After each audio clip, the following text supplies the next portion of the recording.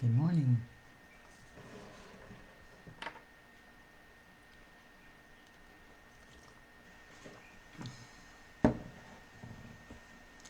Good morning, everyone. It's time for a little coffee this morning.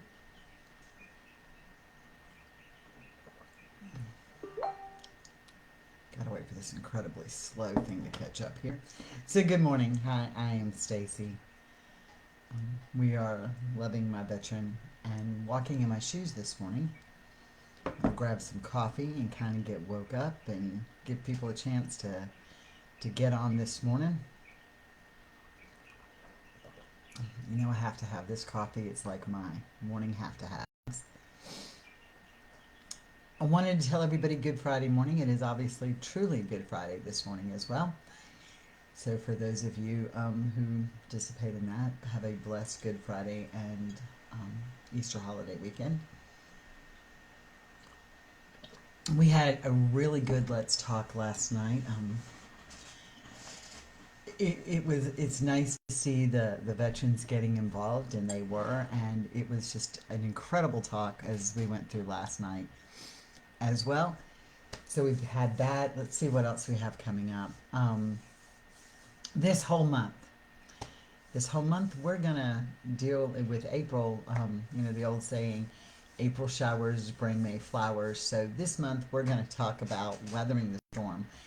Weathering the storm as the veteran spouse and the warfighter spouse, and how we're gonna weather that storm and come out on the other side being able to enjoy the flowers. I think there's some times that it's time for us to reboot and feel that gentleness again and feel that love and feel that kindness as we go through our journeys.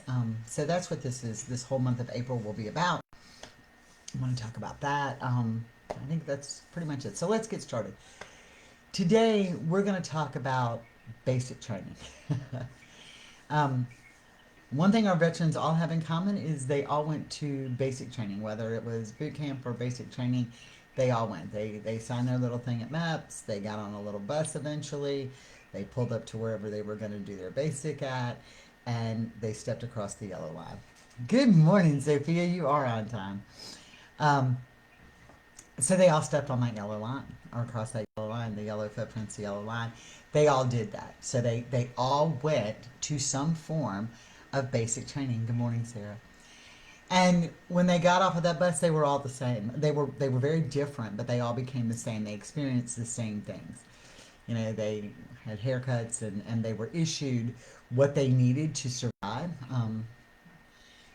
All the way down to their underdrawers, right? They had it all, and it went in their little bags. And when they needed to learn about a weapon, they were all trained on that. They were all trained on physical endurance. They were all trained for their specialties afterwards, regardless of what it was. They were all trained on how to become these warfighters. That's what they did. That's what their basic training did. Good morning, Elizabeth. That's what their basic training did for them. So, and their schools afterwards, they were trained to do that. So when they went to war, they were the best at what they were. They were truly war fighters, and they were the best at what they were.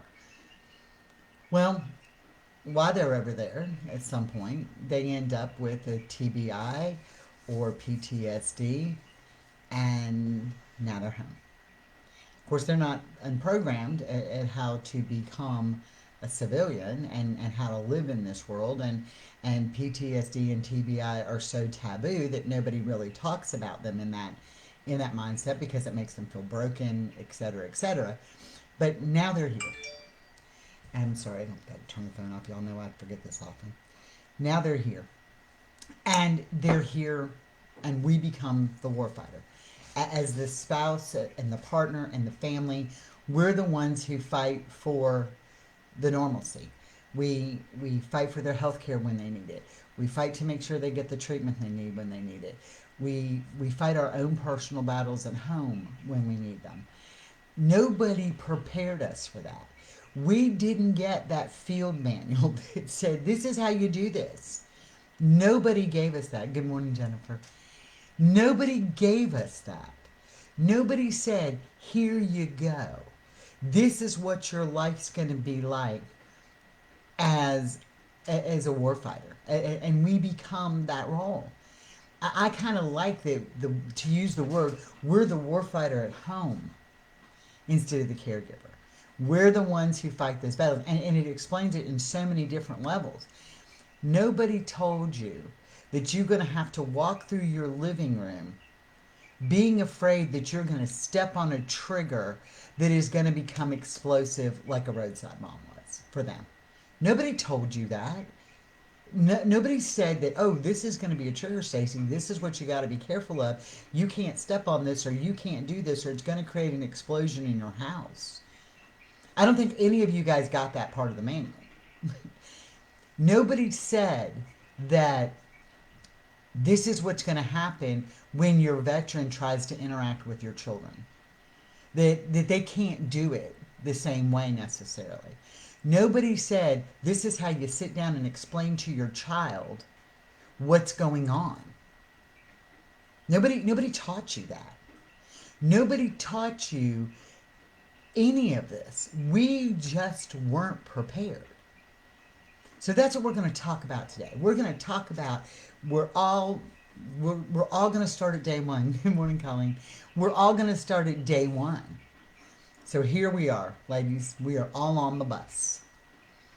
Okay? We are all on our bus going to our very first day of basic training. I'm kind of quiet on this ride because we don't know what to expect. We know that we're going to become warfighters, but we don't know what to expect. We know that we're going to be strong, but we don't know what to expect. So we're all on there. And the door's open. And we all get out. And there's people yelling at us. And we don't know what the heck. They're yelling at us. And they're telling us, get on this line. And we're like, okay, I'm there. And now we're here. And we've just signed up for this commitment. You know, I go back to what Boone Cutler says, that the warfighter mentality, and we've often talked about that our veterans are not deprogrammed. They're never going to be deprogrammed not to be a warfighter. They're always going to be programmed to be a warfighter. And now we have always got to be programmed to become a warfighter in a different level. But we're going to program ourselves. That's what we're going to talk about the whole month. How to program ourselves, how to get our mind right, how to find that peace, and realize that these are things that we find in our lives. And it's okay. But now we're all here. We're all here. So the first thing we do is coping skills. You know, they were all given the clothes and the stuff they needed. Did anybody give you coping skills? Just, I'm asking. I mean, I don't think that any of us got our list of coping skills when this happened. You know, we've heard the advice from people, oh, go take U time. Go do U time. Well, that's beautiful. When do you find you time? You know, if you got a small child in the mix, and you got your veteran, and you got work, and you got house, and you got home, and you got this, and you got that, when do you find the you time? When do you find that? When you're the stay-at-home mom who's dealing with everything. Where do you find that? It's not there. We lose that along the way. So the first coping skill that we have to have is finding us time and understanding that it is okay for us to be us. That's the first skill we have to learn in this whole journey. Okay, you can forget the triggers. Right now, we can forget the trigger. That's a specialty school. Right now, we're just talking about what we have to go forward in this journey. Right? The first thing we have to have is skills to stay us, to stay true to us, to find our time, to find our space, and more importantly, to allow us to have it. To allow us to have it. I think so many times we come to support and to groups and we want this instant gratification fix, and it's not. It's an evolution. Okay? So this is what I said to somebody I was talking to yesterday in a one-on-one was this.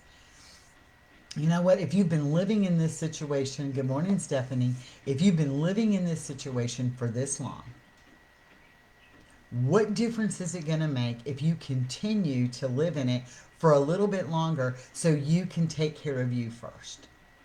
So that's the first skill that we absolutely have to learn is self-care. Self-care becomes self-preservation. It's not selfish. It is self-preservation. So you find that time for you. Okay, I don't care if it's 10 minutes. You find that time for you. That is it.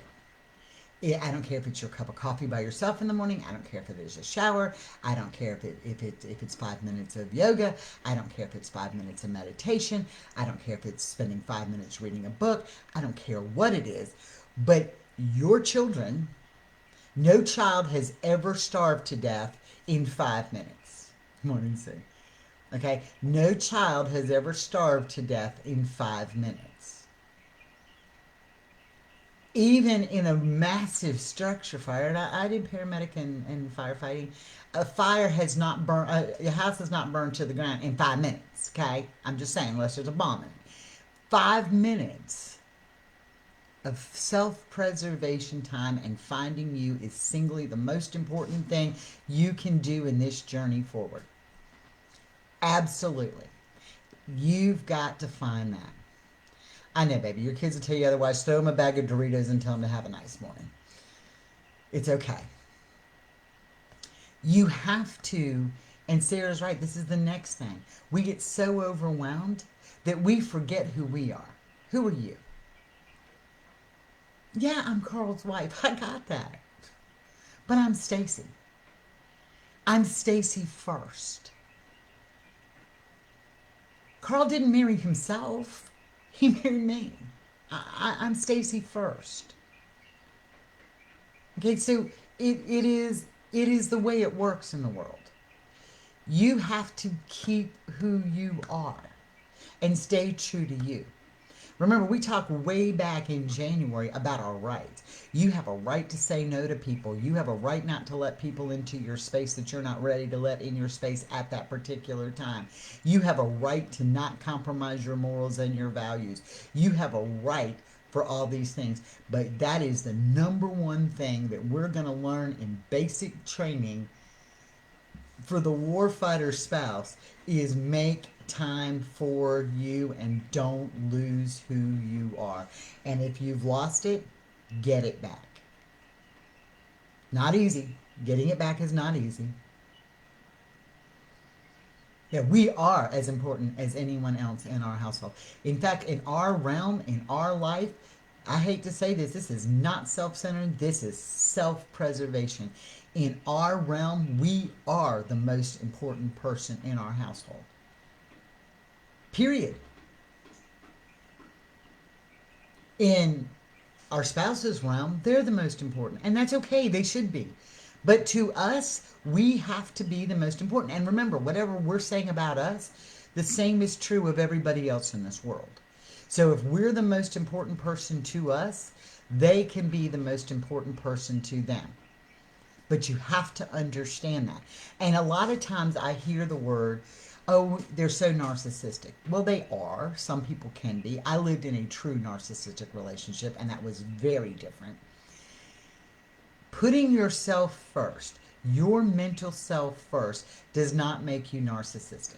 And a lot of times our veterans will say about our veterans, they're narcissistic, they're narcissistic, they're narcissistic. Nope. Let me tell you.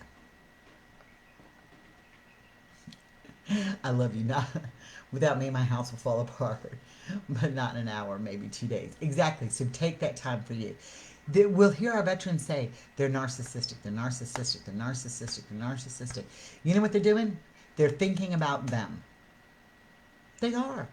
That doesn't mean that they don't think about you. But what happens is we don't think about us. So the whole relationship becomes, we see them being narcissistic. And they still may be. But until you find you, You're never going to know if it's true narcissism or they just are confident in who they are. And sometimes they're confident jackasses, but that's okay. That's the truth.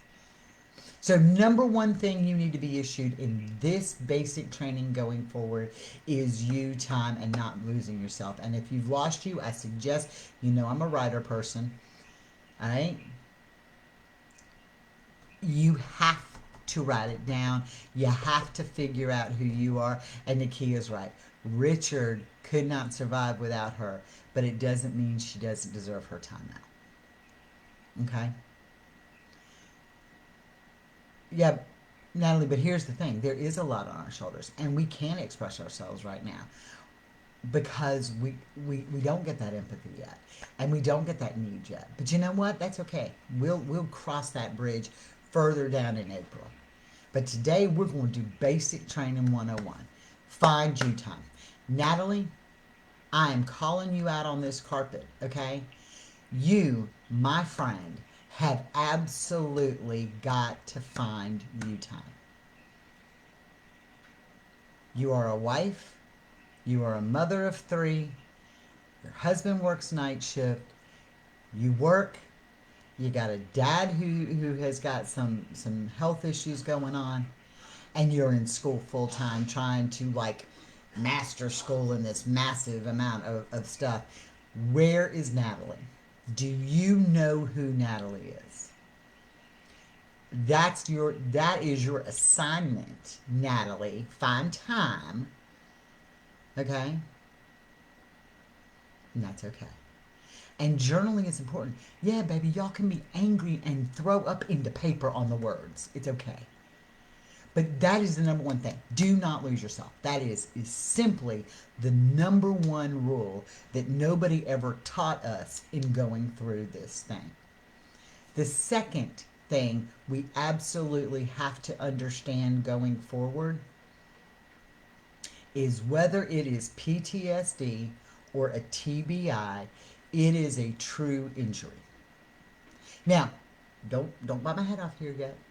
Because I'm telling you that everybody, the veteran, us, everybody, allows the TBI and the PTSD to take control of our life. And that happens because we don't know who we are in the beginning to be able to set these boundaries that we eventually need.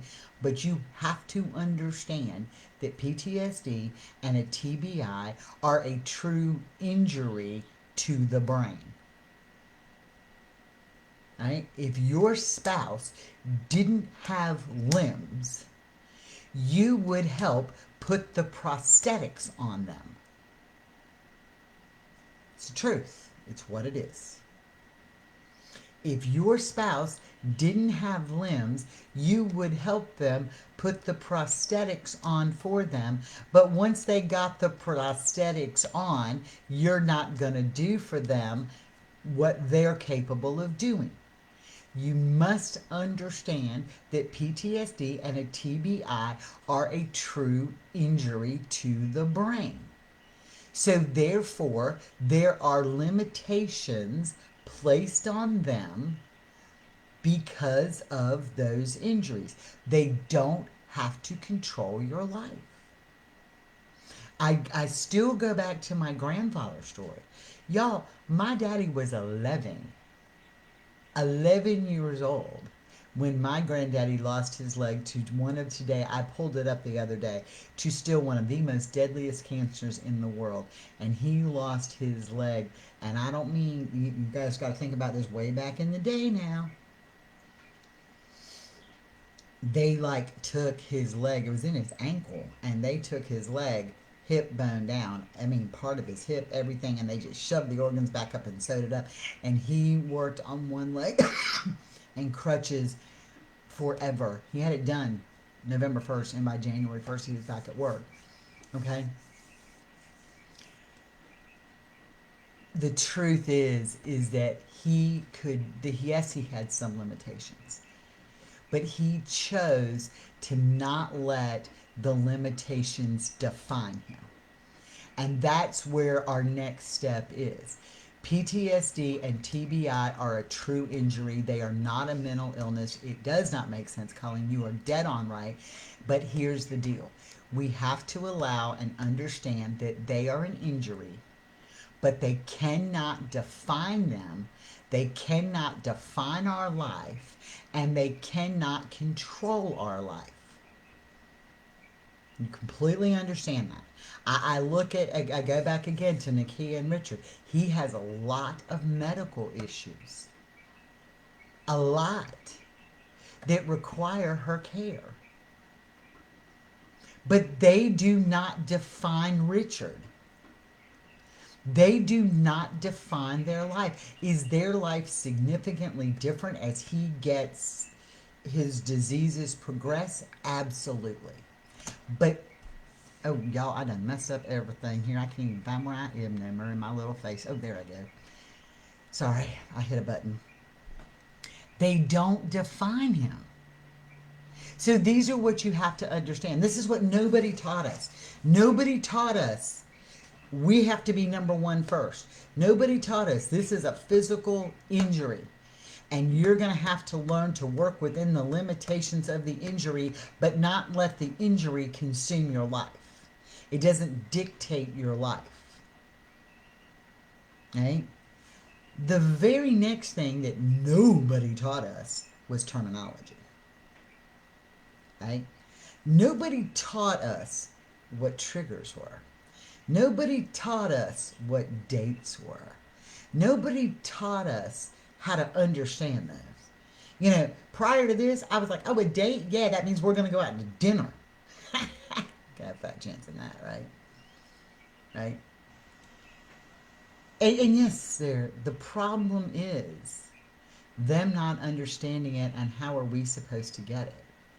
It is very true. They have to understand it. They do. And we have to get it.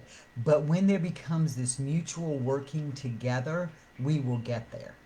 And a lot of that is there. Our vets don't get it because they have been told it makes you less of a person. It makes me less of a human. I'm going to lose benefits. I had a message today from somebody I like to have fell over. That if her spouse, when he was getting out, answered yes to the PTSD questions, they told him they would cancel his terminal leave. That's not going to happen.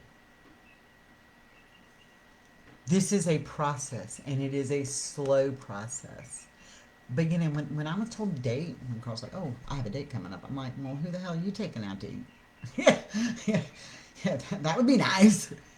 But that isn't it. So you have to understand that dates happen. The other thing that is hard, and as you start setting boundaries, you have to understand that yes, they have dates, and yes, they have triggers, and yes, they have this, but again, they can't control your life. Carl is so big at thinking so far down the road because that's what he did. He always had to think about every possible scenario down the road, and so obviously whatever's going on in the news, and I don't care, we don't watch the news, but what you get from a message from somebody on Facebook or what you see in sometimes in thing, yeah, sometimes our dates are at the cemetery, and that's sad. But you have this going on, right? And so he's thinking 10 years, 5 years down the road. And I finally just looked at him and said, I need you to live in the present, the here and now, the today. I don't need you to live in what you went through 10 years ago. I don't need you to live in what we might go through tomorrow. I need you to live in the here and the now. Okay? Yeah. And Sophia, that is so true. And we're finding more and more of this out. Y'all, it's like the more I dig, the madder I get. So I'm telling you. But we have to learn for us what our boot camp is. learning that we need to live in the here and now. That's tough. That's tough to get our veterans to do. That is tough for us to do because we're so worried about where we're going tomorrow and what's going to happen the next day and what this treatment's going to do and what that's going to do and what's going to trigger him. And we don't live our life because we're so afraid that we're going to step on the trigger that explodes the bomb in our living room. Can't do that anymore. Carl said to me, "You need to talk to me." I'm like, "Oh, okay, yeah, that'll set you off." And he said, "Stacy, I'm gonna get mad, or I'm not gonna get mad. Okay, regardless of what's going on. But when you don't tell me and don't talk to me, it creates a lack of trust. And I'm going to tell you right now from experience, that when you keep, girl, that's me, I have a baby shark. Get your shark out there, Sarah, and sweep up your IEDs up in the house, okay? When you stop talking to them or when you don't talk to them because you're afraid things are going to trigger,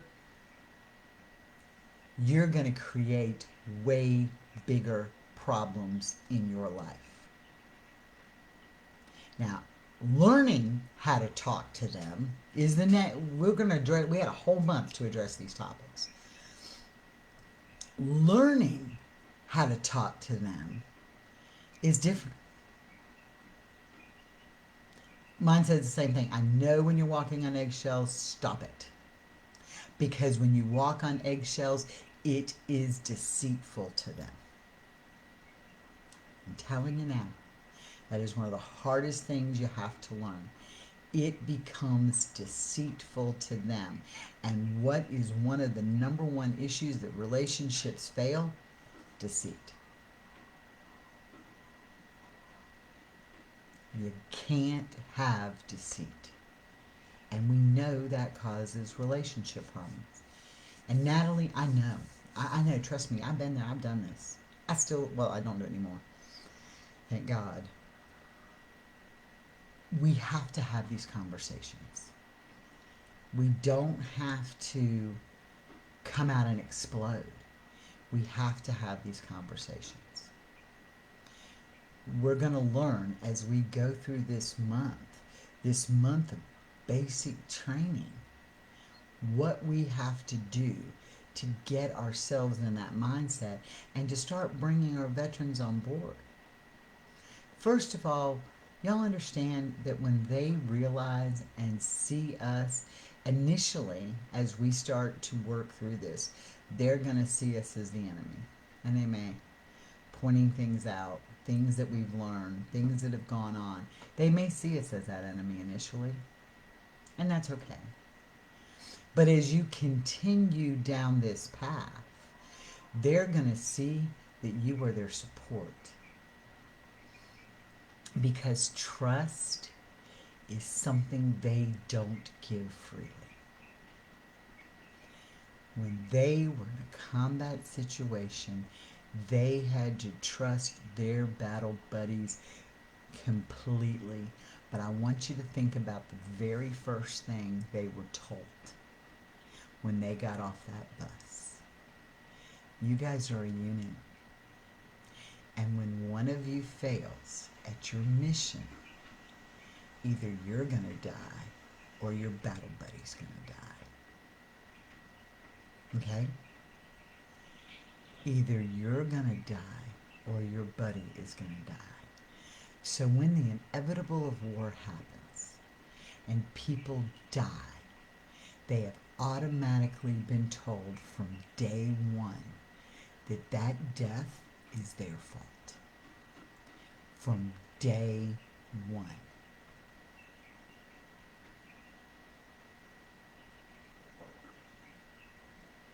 Yeah, they don't completely trust you yet. It takes a long time. There are things Carl still doesn't share with me. And that trust we have worked and worked and worked and worked and chiseled on.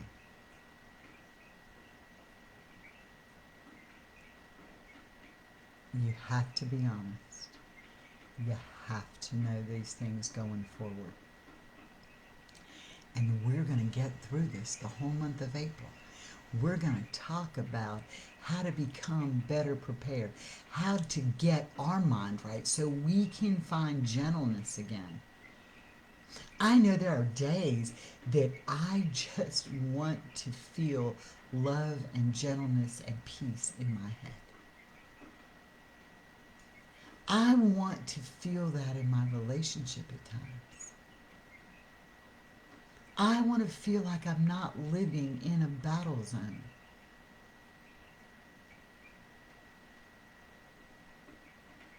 My my veteran has a knife tattooed in his back because of being stabbed in the back, and it's to remind him.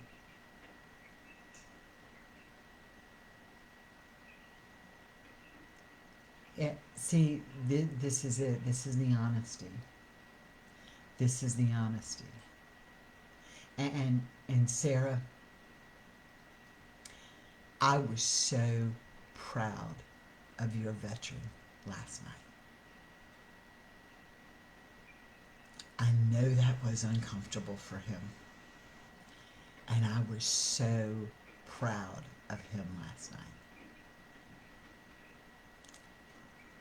And the fact that he engaged and wasn't totally 100% focused on his game, and that he literally laid there and talked to us, I was so proud of him last night. And to see him open up was amazing. And I am so proud of him. Because he acknowledges. The first step is acknowledging. And the first step is being able to talk. And he could last night. And I was so proud of him. And girl, there had to have been times through that you just wanted to get up and do your happy dance. And I was really proud that you didn't. But I was so proud of him last night.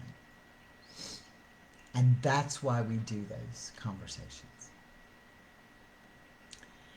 So I just want you to think about what we started to talk about. We have a whole month of April to talk about the storms and the showers that we're going through.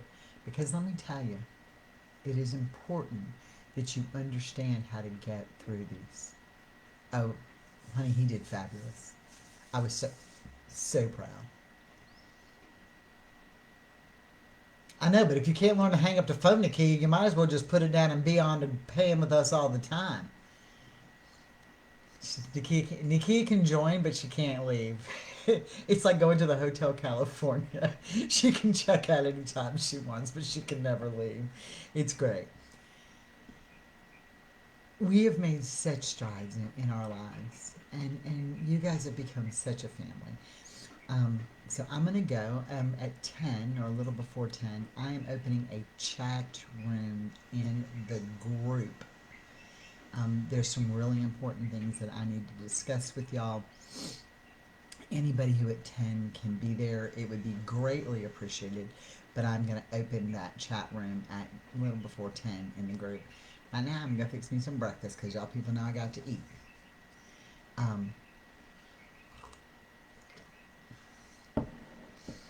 He's worth the fight. He is worth the fight. I am so proud of him. And he is worth this fight.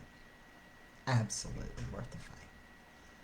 The fact that he acknowledges his mistakes in the past, he is worth that fight. And you can tell him that I said he is worth that fight.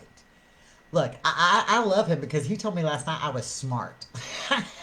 He didn't know me really well, but he told me last night I was smart.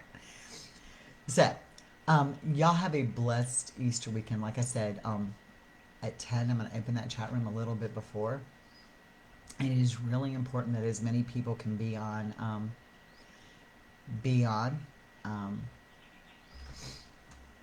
I just need to let you know that. And we'll talk about that at 10. And I will if you're not on. Because you know we love you and your story too, and I want to talk to you further about your story. So y'all have a blessed time. I'm doing it at 11 o'clock. I'm so excited about the movie Normally Prescribed, which is going to be an eye-opening experience. All right, everybody have a blessed day. I'm Stacy. This has been Walking in My Shoes. We are Loving My Veteran. Remember, we are not paid counselors. If you need help, reach out and get it. And everything is copyrighted to Loving My Veteran. Have a blessed day. I'll see y'all in the chat room at 10. Bye.